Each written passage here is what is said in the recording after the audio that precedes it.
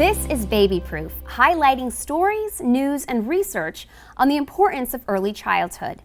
Because understanding more about the science of how your young child learns and develops can help you be a better parent. Most parents want their children to be kind and caring. But are babies born to be kind? Or do kindness and empathy need to be learned? A recent feature from National Public Radio's Life Kit series looks at whether young children are naturally inclined to help others. In Kindness versus Cruelty, Helping Kids Hear the Better Angels of Their Nature, NPR's Corey Turner and Anya Kamenetz discussed some recent studies that shed light on the subject.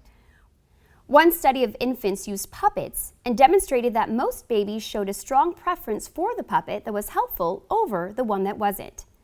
Over 75% of babies reached for or looked longer at the helpful puppet. Another study recorded the reactions of toddlers when they watched an adult drop something. Nearly every child responded with an attempt to help the adult. They helped without being asked whether their parent was in the room or not, and even without being thanked. So there is some evidence that children are born with kindness.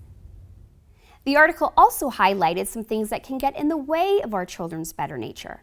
One is the fact that young children are also naturally self-centered, and the ability to see things from someone else's perspective develops through time and experience.